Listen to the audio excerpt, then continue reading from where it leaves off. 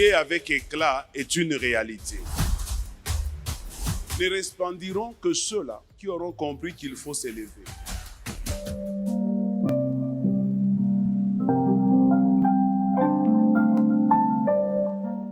Dieu vous bénisse. C'est une vision, mais il y a des hommes et des femmes qui vont la rendre possible. Alors, bien-aimés, nous allons lire la parole du Seigneur. Je pense que je vous ai déjà salué. Si ce n'est pas le cas, je vous resalue encore. Alors, nous allons lire la parole du Seigneur de ce matin. J'ai intitulé mon message de ce matin « Le resplendissement dans l'attachement à Dieu ». Le resplendissement dans l'attachement à Dieu. On va lire 2 Rois chapitre 8, 1 à 6. 2 Rois chapitre 8, 1 à 6. Le resplendissement dans l'attachement à Dieu. Nous lisons 2 Rois chapitre 8, 1 à 6, au nom puissant de Jésus-Christ de Nazareth.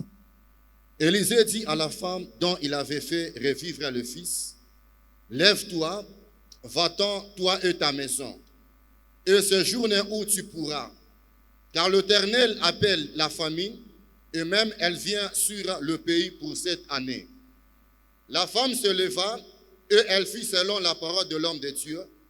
Elle s'en alla, elle et sa maison, et séjourne 7 ans au pays des Philistins. Au bout de cette année, la femme revint du pays des Philistins. Elle alla implorer le roi au sujet de sa maison et de son champ. Le roi s'entretenait avec Géasi, serviteur de l'homme de Dieu, et il disait, « Raconte-moi, je te prie. » Et il disait, « Raconte-moi, je te prie toutes les grandes choses qu'Élisée a faites. » Et pendant qu'il racontait au roi comment Élisée avait rendu la vie à un mort, la femme dont Élisée avait fait revivre le fils vint implorer le roi au sujet de sa maison et de son champ.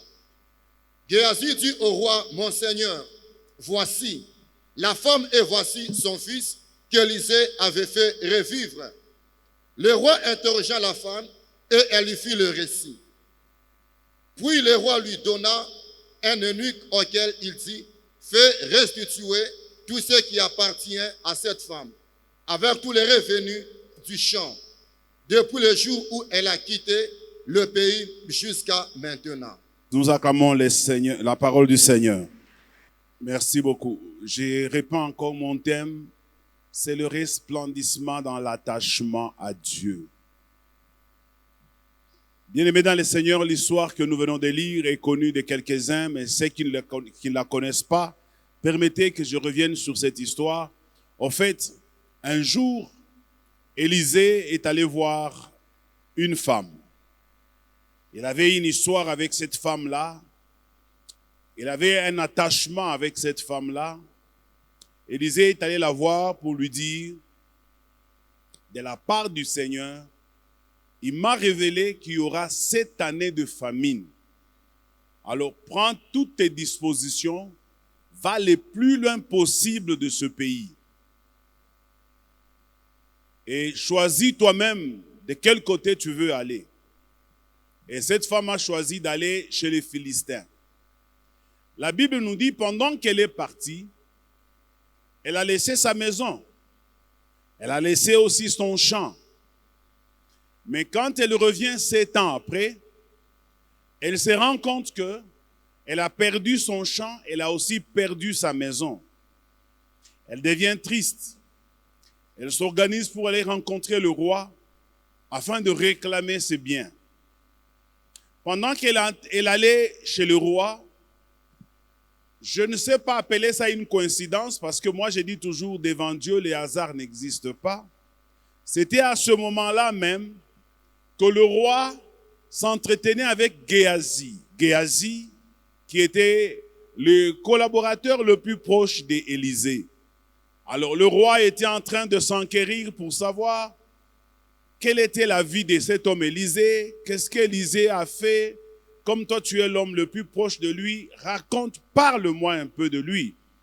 Et Géasi était en train de raconter toutes les choses que Dieu a fait avec Élisée. Et quand il est arrivé à la partie, là où il était question d'une femme qui avait un fils et le fils était mort, et que c'est Élisée qui avait ressuscité cet enfant-là, à la même minute, pendant qu'il dit ça, on voit seulement apparaître devant cette femme et son fils. Géasi continue son discours en disant, d'ailleurs, voilà la preuve, elle est là. Cette femme dont l'enfant était mort et qu'Élisée avait ressuscité, elle est là. Tu peux lui demander. Le roi s'est enquéri en lui posant la question à la femme, est-ce que ce que l'homme de Dieu me dit est-il vrai? La femme a commencé à relater maintenant avec tous les détails cette histoire qu'elle connaissait. Et après seulement, quand elle a fini de raconter, elle a profité de l'occasion pour poser son problème de sa maison et de son champ qu'elle a perdu. Et instantanément, le roi prend la décision en ordonnant qu'on lui retourne sa maison et tout son champ, même toutes les récoltes qu'on lui a volées pendant qu'elle était absente du pays. Telle est la lecture de la parole que nous avons faite. Que Dieu bénisse cela. Alors, nous allons aujourd'hui essayer de tirer quelques leçons dans ce que nous venons de lire. Et je vais essayer de parler de 3 sous-thèmes. Le premier sous-thème, j'ai préféré l'intituler « Tout déplacement entraîne des conséquences ». Et le deuxième, je l'ai intitulé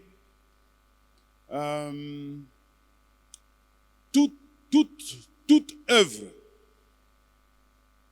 nous précède, toutes les œuvres nous précèdent.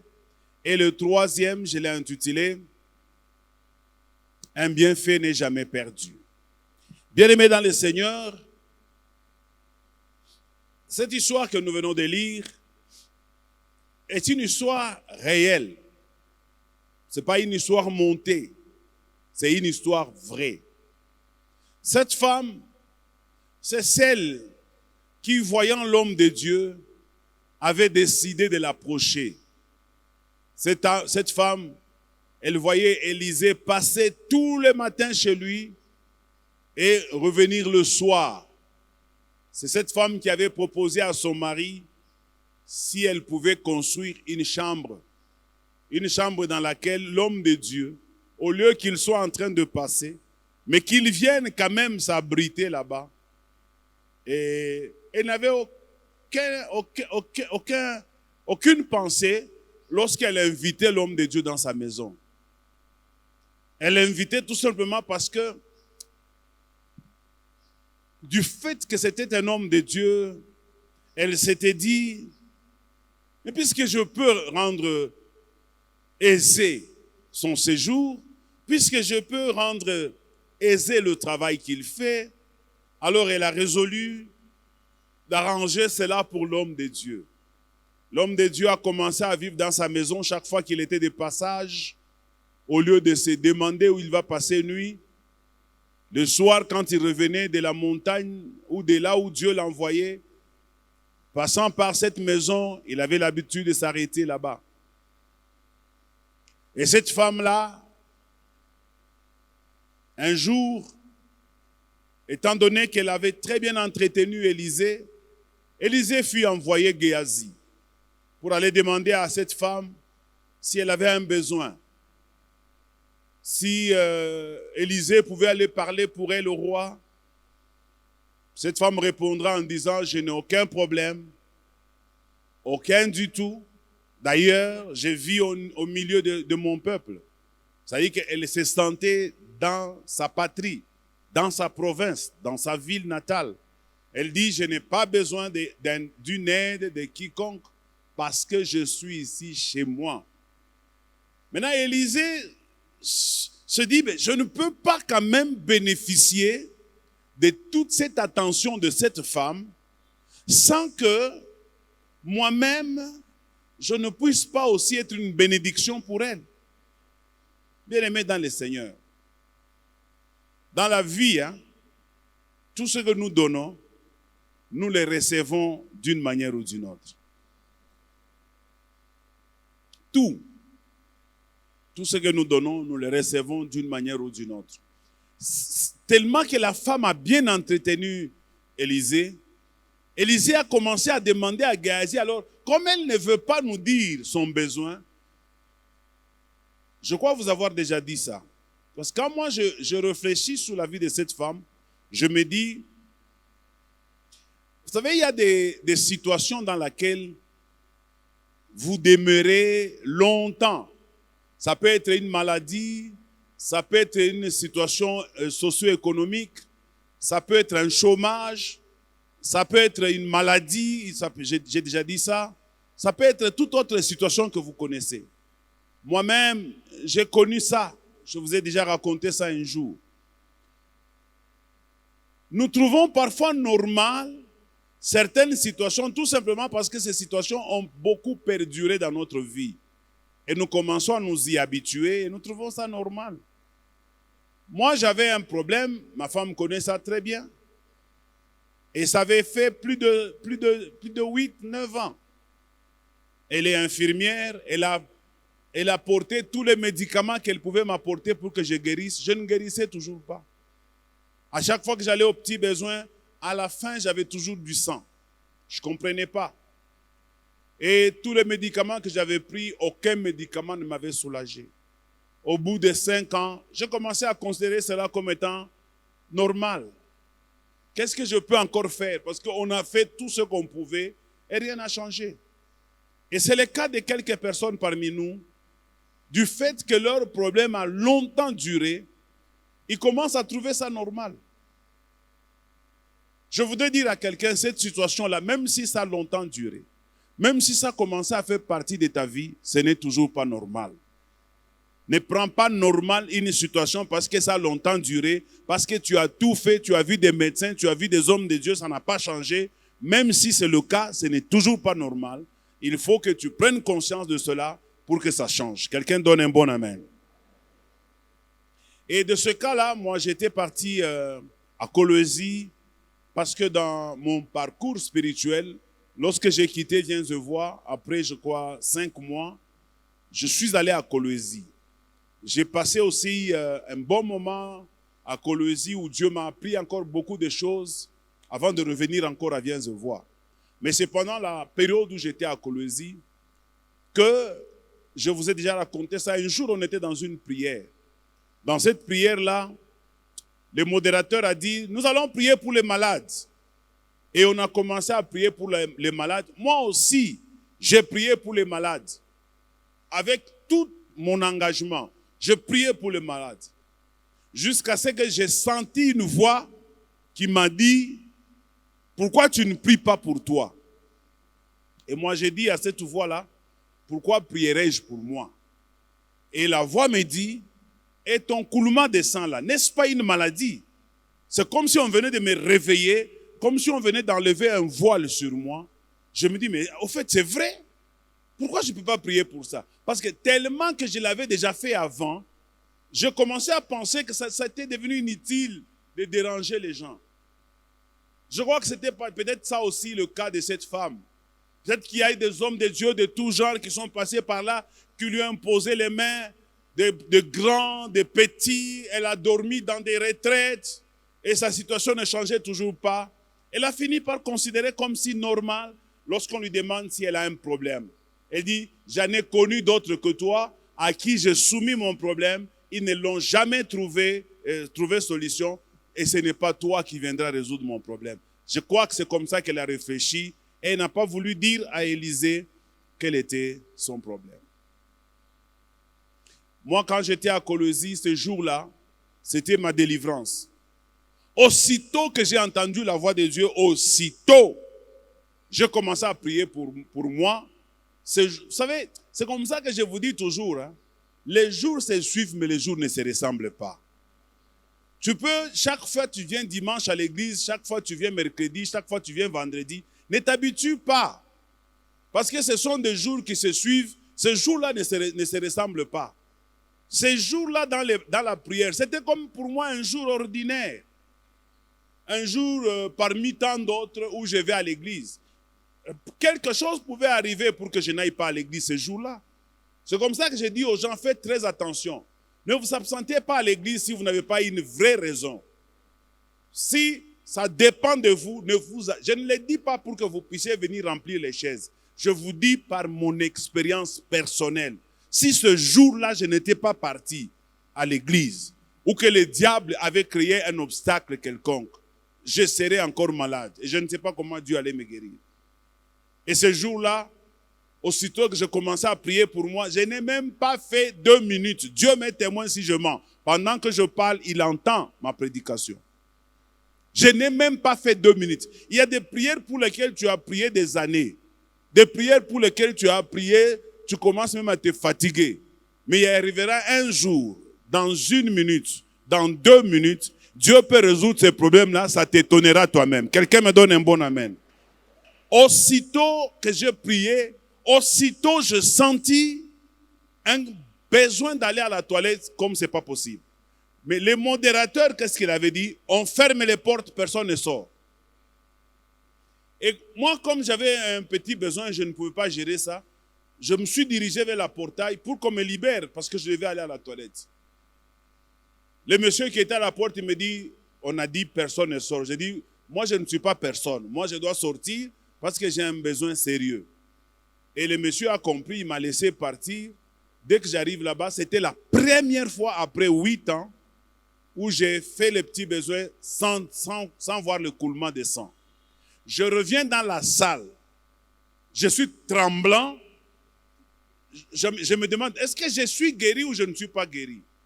Et le modérateur dit, jusqu'à moi je suis entré, il coupe la prière, il dit, est-ce qu'il n'y a pas quelqu'un qui était malade, qui veut témoigner?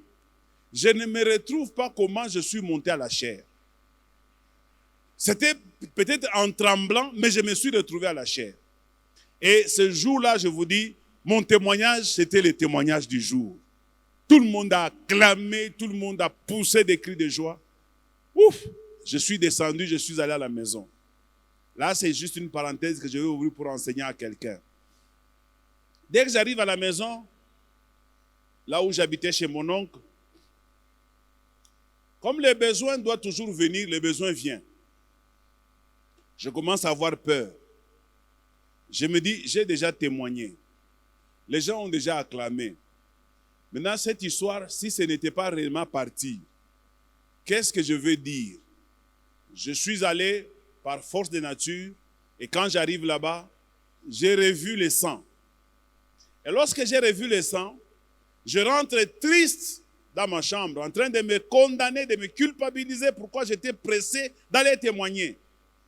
Et j'entends encore la voix du Seigneur qui me dit, c'est ainsi que travaille le diable. J'étais déjà guéri, mais lui veut te convaincre que tu n'es pas guéri. J'ai dit alléluia. J'ai saisi la parole de Dieu. J'ai dit je suis guéri. Et depuis ce jour-là, cette histoire est terminée et je rends grâce à l'Éternel. Définitivement terminée. Ce n'est plus jamais revenu ni à moitié, totalement guéri. Alors, je dis à quelqu'un, le diable peut te faire aussi la même chose.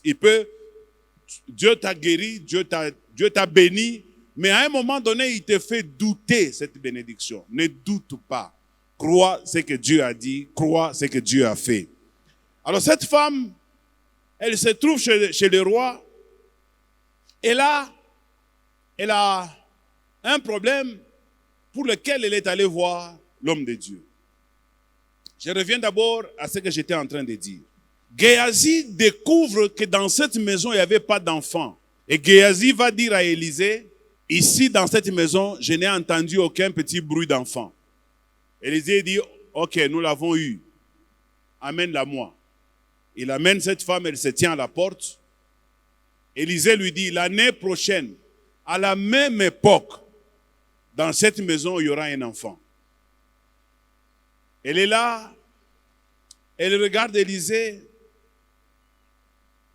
Elle dit à Élisée, ne me trouble pas. Élisée dit, l'année prochaine, à la même époque, tu auras un enfant. Élisée est parti. Effectivement, les choses se sont accomplies exactement comme ça. À la même époque, cette femme a eu un enfant. Lorsque l'enfant a atteint 10 ans, l'enfant est décédé. Lorsque l'enfant est décédé, là, je vais encore ouvrir une autre parenthèse pour aider quelqu'un. chaque bénédiction a une source. Si tu sens que ta bénédiction est en difficulté, va à la source de la bénédiction. Si ta bénédiction a pour origine cette église, ne va pas chercher les secours ailleurs. Quand ta bénédiction est en difficulté, viens dans cette église. C'est ce que cette femme a fait. Dès qu'elle a senti que l'enfant était décédé, cette femme a pris l'enfant. Son mari lui demande, y a-t-il un problème? Comme elle a compris que ce n'était pas son mari qui lui a donné cet enfant, elle n'a même pas perdu son temps à expliquer à cet homme. Elle dit, tout va bien. Je ne veux pas que tu entres entre toi et moi. C'est une affaire entre moi et l'homme de Dieu. Elle est allée vers l'homme de Dieu et lui dit, est-ce que je t'avais demandé un enfant?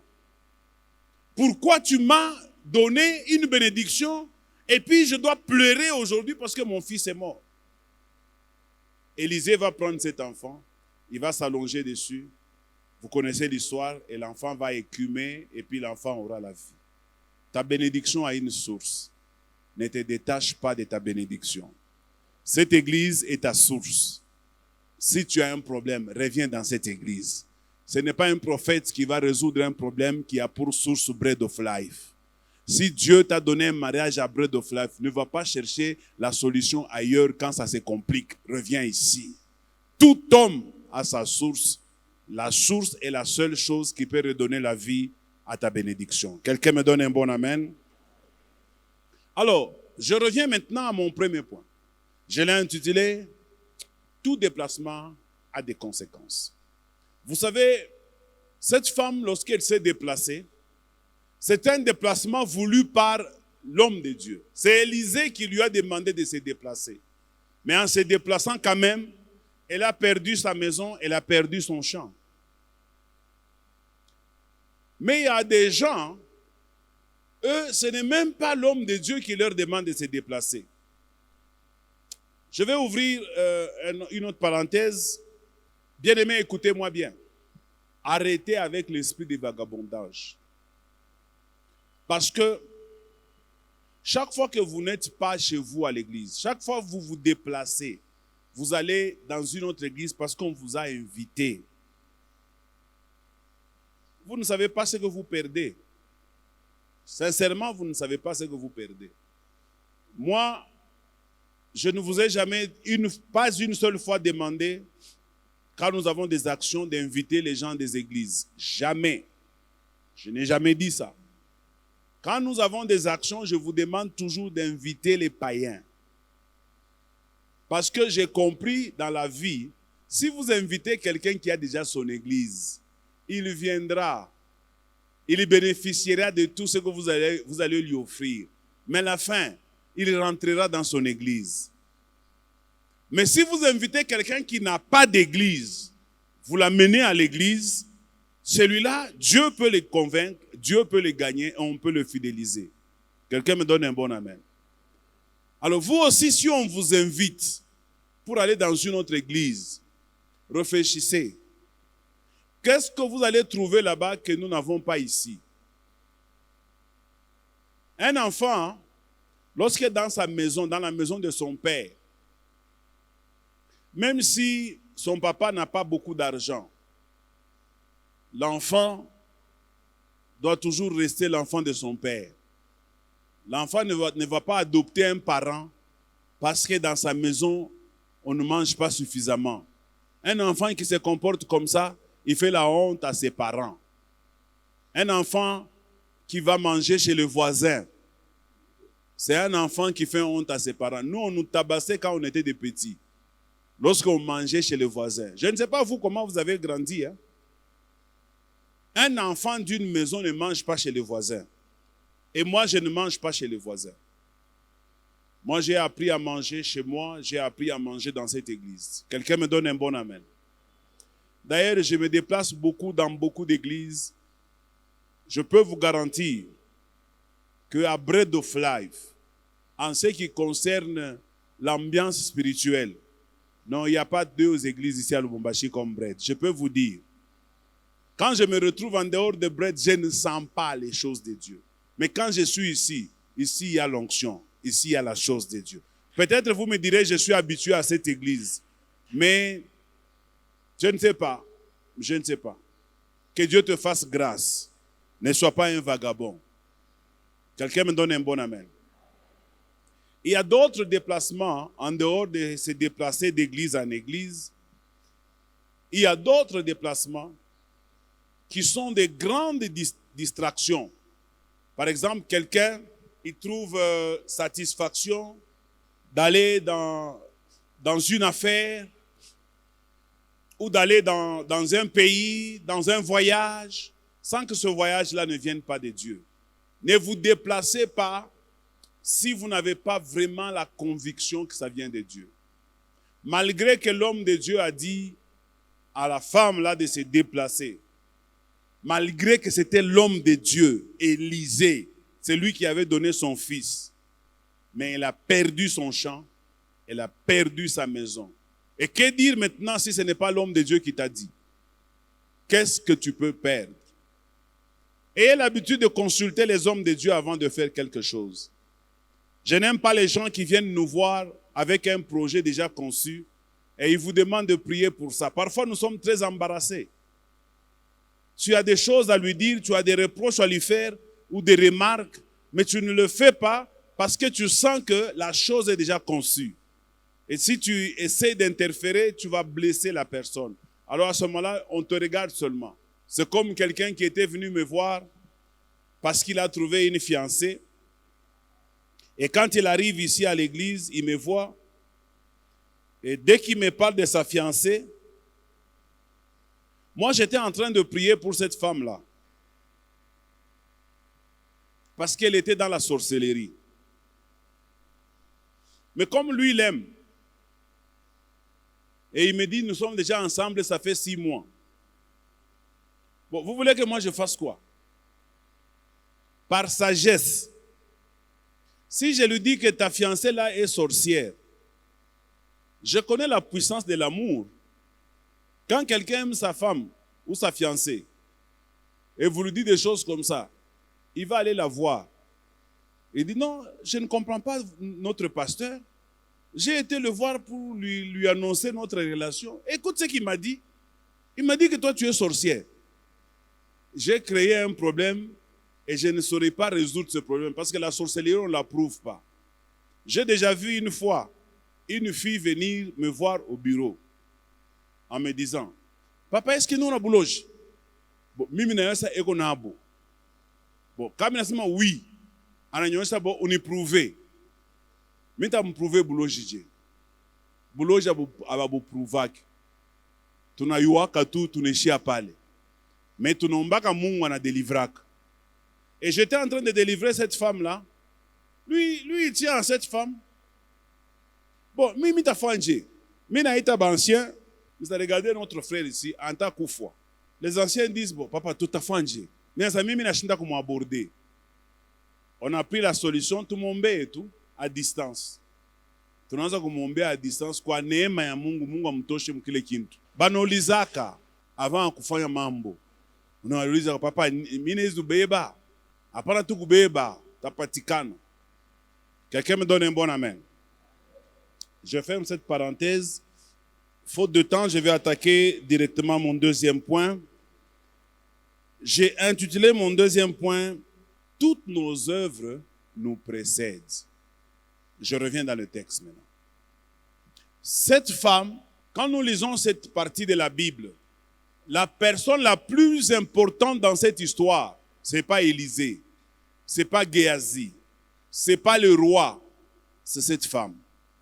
Parce que cette femme, au fait, on est en train de raconter son histoire. Le fait qu'elle est partie et qu'elle ait tout perdu, et quand elle est rentrée, la Bible est en train de nous présenter comment est-ce que Dieu n'oublie pas ceux qui lui ont fait du bien. Dieu n'oublie jamais vos bonnes œuvres. Dieu n'oublie jamais tout ce que vous avez fait pour lui de bien. Quelqu'un me donne un bon amen. Vous savez, il y a des œuvres que nous faisons qui peuvent être mauvaises. Il y a aussi des œuvres que nous faisons qui peuvent être des bonnes œuvres. Les deux nous précèdent. Il y a des gens, quand ils arrivent quelque part, son témoignage l'a déjà précédé. Et si le témoignage est mauvais, Et le mauvais témoignage le précède aussi. Si le témoignage est bon, le bon témoignage aussi le précède. Église, je vais vous dire deux choses rapidement ici. Écoutez-moi bien. La Bible me dit, ne vous lassez pas de faire du bien, car au temps convenable, vous moissonnerez. Mais que celui qui fasse le mal, c'est celui qui pratique le mal, la Bible me dit qu'il continue aussi à pratiquer le mal. Parce que la rétribution de Dieu viendra un jour. Les mauvais comportements auront toujours des conséquences néfastes dans la vie de celui qui se comporte ainsi. Quand nous vivons ensemble dans l'église, nous sommes une communauté, nous devons apprendre à avoir de bonnes relations, de bons témoignages les uns des autres. Parce que tu ne sais jamais, peut-être qu'un jour on viendra vers moi pour me demander mon avis sur toi. Peut-être. Vous savez, Église, ayons de bonnes habitudes. On ne sait jamais de quel côté ça va marcher. Acha kwa mangungu, acha kwa kibengo. Peut-être, il est kibengo qu'on a fait. Njo fache peko baraka yako. Et celui qui m'a demandé, qui m'a donné cette offre, il est dans l'église. Il est dans l'église. Si vous étiez en bon terme, il vous aurait vu sans me consulter. Soyez en bon terme avec les gens parce que les œuvres que nous posons, ça nous précède toujours. Soyez gentils, soyez bien. Kama Miss Naisha, unalamkia na bien. Hapana kulamkia paka unaona alikuwa na motoka. Atola china na motoka, umlamkie na ye bien. Parce que hautayua relation ile kunayo. Ma pouvoir iko na changer. Ba premier ministre on a changé, hautayua ma relation. Unaweza kuona kama mtu kama mumisa akaya kwa na forme, wewe unasema akana kintu, attention, kero na kintu. Fais attention parce que les situations sont en train de changer. Soyez en bon terme. Les bonnes œuvres doivent vous accompagner dans votre vie de tous les jours. Pratiquez les bonnes œuvres. Soyez de bonnes personnes. L'église est un endroit où on ne devait pas trouver des problèmes. Aujourd'hui, moi, je souffre d'une chose que je vais vous dire. Dieu m'a aidé par la grâce. J'ai trouvé du travail. Dans les travails que moi j'ai trouvés, je n'étais pas subalterne. Moi, j'ai travaillé comme étant numéro 1 dans tous mes travaux. J'étais chez MCK comme numéro 1. J'ai engagé beaucoup de gens de cette église chez MCK. Et puis Dieu m'a donné encore la grâce. J'ai eu un autre travail, c'était au péage. J'étais encore le numéro 1. C'est pour vous dire que les choses que nous vous enseignons, nous sommes nous-mêmes en train de les vivre. Nous ne vous prêchons pas un Dieu qui fait de nous la tête et non pas la queue, sans que nous-mêmes nous n'ayons pas été la tête quelque part. Moi, je n'ai jamais été la queue dans aucune société. J'ai toujours été la tête. C'est la parole de Dieu qui s'accomplit, non? Alors, j'ai engagé beaucoup de gens aussi au péage. Des gens qui souffraient vraiment. Il y en a un que Papa Mbemba m'avait amené. Il était agonisant. J'ai dit, ok, mon frère, on va te donner du travail. Un autre est venu me voir. Il était un grand évangéliste à l'église. Il vient me voir et me dit, papa, moi, je sers Dieu, j'ai commencé à le servir depuis Kananga, maintenant que je suis à Lubumbashi. Et effectivement, il était très zélé ici à l'église, très zélé. Il me dit, je veux que tu pries pour moi parce que je réalise que je suis maudit. Je le regarde dans les yeux, je lui dis, qui t'a dit que tu es maudit? Comment ma vie ne change pas si je n'étais pas maudit? Je lui dis, je vais te prouver que tu n'es pas maudit. Parce que quand tu es dans la souffrance, tu vas croire que tu es maudit. Tu n'es pas maudit. C'est le temps de Dieu qui n'est pas tout simplement encore arrivé. J'ai pris ce monsieur-là à l'instant, dans mon véhicule. Je le dépose, je lui donne un travail. Quel est mon regret? De toutes les personnes que j'ai aidées dans cette église, avec l'intention de voir les gens être équilibrés, aider aussi les autres. Mais est-ce que vous savez que sur 100% de ces personnes, à l'église aujourd'hui, si nous sommes restés avec un pourcentage, c'est 20. 40 sont partis. Et plutôt combien? 80. Et ça, moi, je commence à me poser la question de savoir, Seigneur, est-ce que j'avais mal fait? Ou bien je n'avais pas prié avant de le faire? Et puis, ce qui est encore bizarre, c'est que ces personnes-là sont les premiers à nous critiquer. Il y en a même un dans une réunion qui a osé même dire, non, ce n'est pas le pasteur qui nous a donné le travail, c'est Dieu. Je dis, mais ça, c'est quoi ça? Comment ça, c'est Dieu? C'est moi qui t'ai donné. Toi, tu as vu Dieu. Vous voyez les mentalités des gens et la manière dont les gens réfléchissent. Et ça commençait un tout petit peu à me refroidir, sincèrement. J'aurais bien voulu que nous ayons une église. J'ai beaucoup de contacts, j'ai beaucoup de relations. Gardons des bonnes œuvres. Dieu au ciel verra nos bonnes œuvres et il nous accompagnera. C'est comme ça que mon dernier point, je l'ai dit, le bienfait n'est jamais perdu. Tout ce que tu as fait de bien, ça ne sera jamais perdu. Dieu se souviendra de tout le bien que tu fais pour lui, tout le bien que tu fais pour les hommes, et Dieu te récompensera au moment opportun. Cette femme, si elle était entrée seule chez le roi, peut-être que le roi n'allait pas écouter son cas. Mais comme son témoignage l'avait déjà précédé, et comme elle avait fait un bien à l'homme de Dieu, Dieu a organisé les choses de telle manière, pendant que le roi est en train de vouloir s'enquérir sur la situation d'Élisée, on arrive juste au chapitre de cette femme, et cette femme apparaît au même moment. Regardez comment Dieu fait les calculs. Et cette femme, Dieu l'a bénie, à cause tout simplement d'avoir logé un serviteur de Dieu. Elle a simplement logé un serviteur de Dieu, mais regardez combien de choses elle bénéficie. 1, elle a un enfant. 2, elle a été épargnée de la famine parce que l'homme de Dieu lui avait révélé. 3, elle a perdu son champ et sa maison, mais elle les a récupérés parce que l'homme de Dieu avait son serviteur qui parlait au roi de cette affaire concernant cette femme-là. Vous pouvez donner une seule chose, vous pouvez faire une seule bonne œuvre, mais vous pouvez récolter derrière une seule bonne œuvre beaucoup de bénédictions. Quelqu'un me donne un bon amen? Et je déclare aujourd'hui dans cette église que Dieu se souvienne d'une bonne œuvre que tu as déjà faite dans ta vie et qu'il te récompense au centuple à cause d'une bonne œuvre. La bonne œuvre, c'est aussi regarder les pauvres, se souvenir d'eux. Quand tu manges à satiété, quand tu te régales de ta bénédiction, souviens-toi quelque part, il y a quelqu'un qui n'en a pas. Ne mange pas seul, ne te réjouis pas seul. C'est une bonne œuvre que Dieu récompensera un jour. Tu ne sais pas comment ça viendra. Cette femme ne savait jamais qu'en faisant le geste qu'elle avait posé, elle bénéficiera de ces 3 choses. Peut-être ce sont ces 3 choses que la Bible nous a données. Peut-être qu'il y en a d'autres choses que la Bible ne nous a pas données. Alors, bien-aimés dans le Seigneur, mon conseil que je vous donne aujourd'hui, soyons des bonnes personnes. Faisons du bien aux gens. Faisons aussi du bien à l'œuvre de Dieu. Quand on vous demande de contribuer dans l'œuvre de Dieu, ne réfléchissez pas 2 fois.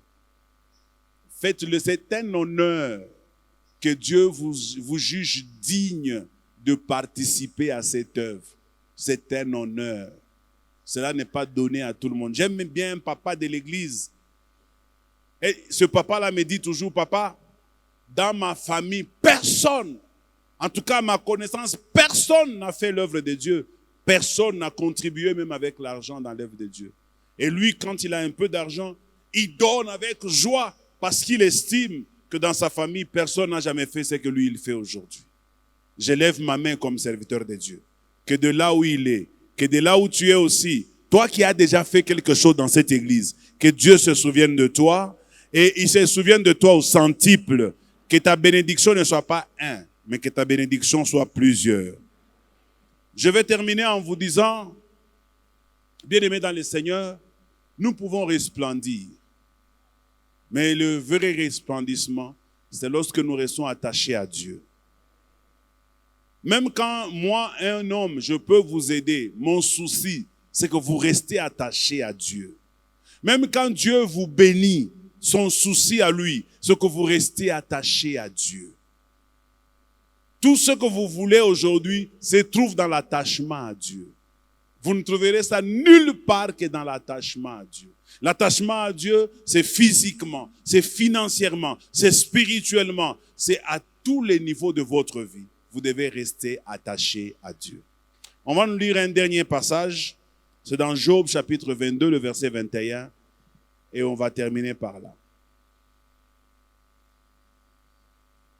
Et je vais prier pour vous. Job 22, 21.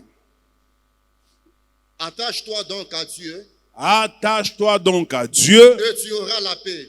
Et tu auras la paix. Tu jouiras ainsi du bonheur. Tu jouiras ainsi du bonheur. Ça va. Donc, quand tu t'attaches à Dieu, tu auras la paix et tu jouiras ainsi du bonheur. Alors, je veux demander à l'église Bread of Life, est-ce qu'on peut se tenir debout?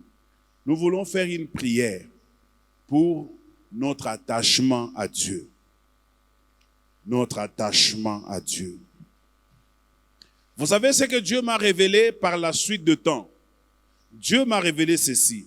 Parce que moi, j'ai commencé à poser des questions à Dieu. Pourquoi toutes ces personnes que j'ai aidées ont quitté l'église? Pourquoi? Quel mal on leur a fait? D'ailleurs, c'est aujourd'hui que j'en parle. Je n'en ai jamais parlé avant. J'ai toujours gardé ça pour moi. C'est aujourd'hui seulement que j'en parle. Ils pouvaient dire non parce que les pasteurs en avaient parlé. Non, non, non. C'est aujourd'hui seulement que j'en parle. Alors le Seigneur m'a donné une réponse. Il m'a dit ceci.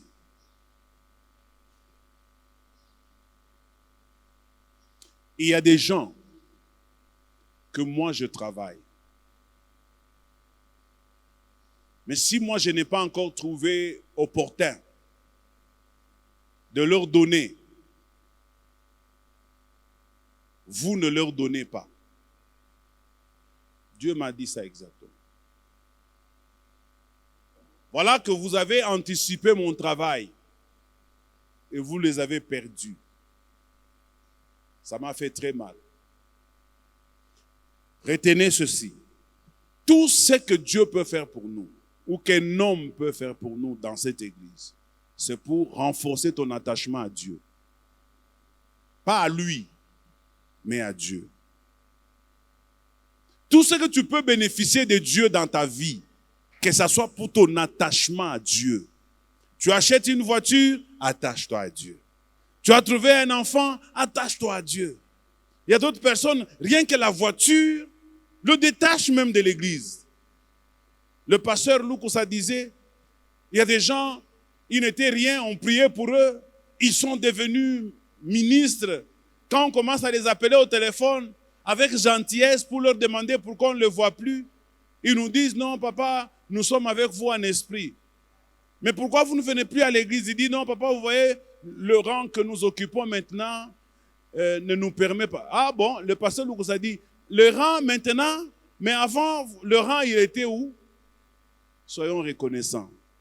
Tout ce que Dieu nous donne, que cela nous attache à Dieu. Moi, tout ce que Dieu me donne, ça m'attache à lui. Ça ne m'éloigne pas de lui. Soyez attachés à Dieu. Alors je veux que tu pries le Seigneur en disant, Père, je te promets ce matin que je resterai attaché à toi, à ton œuvre, et rien ne pourra me détacher. Prie le Seigneur, et moi je vais prier pour toi à la fin.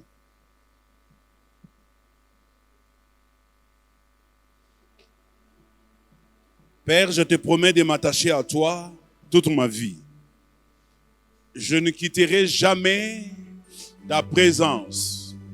Je n'ai nulle part où aller si ce n'est auprès de toi. Rien au monde ne pourra me séparer de toi. Je te resterai toujours fidèle. Je te resterai toujours fils. Quel que soit le niveau de mon élévation, je te promets que je resterai toujours fidèle. Je te servirai toujours. Je serai toujours obéissant à toi et à ta parole. Même si je m'égarais, même si je m'éloignais de toi, je te donne le droit d'user de la force pour me récupérer. Récupère moi-même de force au cas où je vais m'éloigner de toi. Brise les verrous de ma vie. Attache-moi une corde au cou. Fais de moi ton esclave. Nous allons resplendir, éternel Dieu, lorsque nous sommes attachés à toi. Job nous dit à toi, donc toi à Dieu, et tu auras la paix, et tu jouiras du bonheur.